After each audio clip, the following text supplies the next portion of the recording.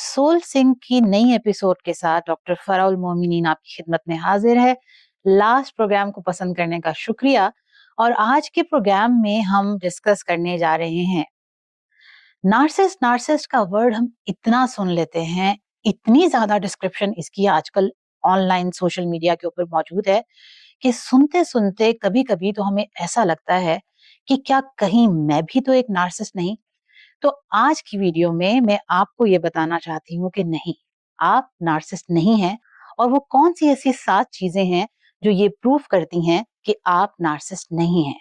उसमें सबसे पहली जो चीज है वो है यू क्वेश्चन योर बिहेवियर, कि आप सोचते हैं कि आपने जो भी एक्शन किया है क्या वो ठीक है या नहीं। मतलब सिर्फ आप लोगों को ही कटहरे में खड़ा करने के आती नहीं है, बल्कि आप अपने बिहेवियर को भी क्वेश्चन करते हैं। आप अपने बारे में भी सोचते हैं कि यार अगर मैंने इस तरह इसके साथ बोला था तो क्या मैंने ठीक किया था या गलत किया था। तो अगर ये सोच आपके दिमाग में मौजूद है तो आप नार्सिसिस्ट नहीं है। दूसरा इंपॉर्टेंट पॉइंट है यू अपोलोजाइज सिंसियरली, कि अगर आपसे कभी कोई गलती हो जाती है और आप दूसरे के सामने गलती की माफी मांगते हैं तो आप दिल से माफी मांगते हैं और आप अपनी गलती पे वाकई नादिम होते हैं।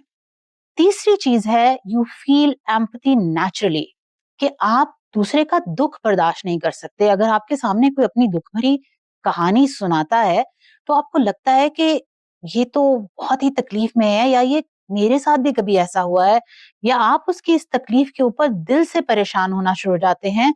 ये एक बहुत बड़ा डिफरेंस है जो नार्सिसिस्ट फील ही नहीं कर सकता। नार्सिसिस्ट कभी भी दूसरे की पेन को महसूस ही नहीं कर सकता। जब उसके सामने कोई रोता धोता है तो उसे लगता है कि या तो ये ड्रामे कर रहा है या ये मेरे से कोई बेनिफिट्स लेना चाहता है।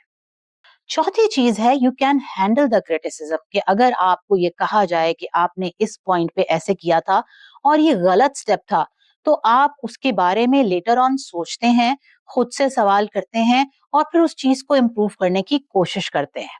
एटलीस्ट आप क्रिटिसिज्म को हैंडल तो करते हैं। जबकि नार्सिसिस्ट किसी भी सूरत जब आप उस पे कोई क्वेश्चन मार्क लगाते हैं तो वो किसी सूरत इस चीज पर आता ही नहीं है कि वो गलती कर सकता है।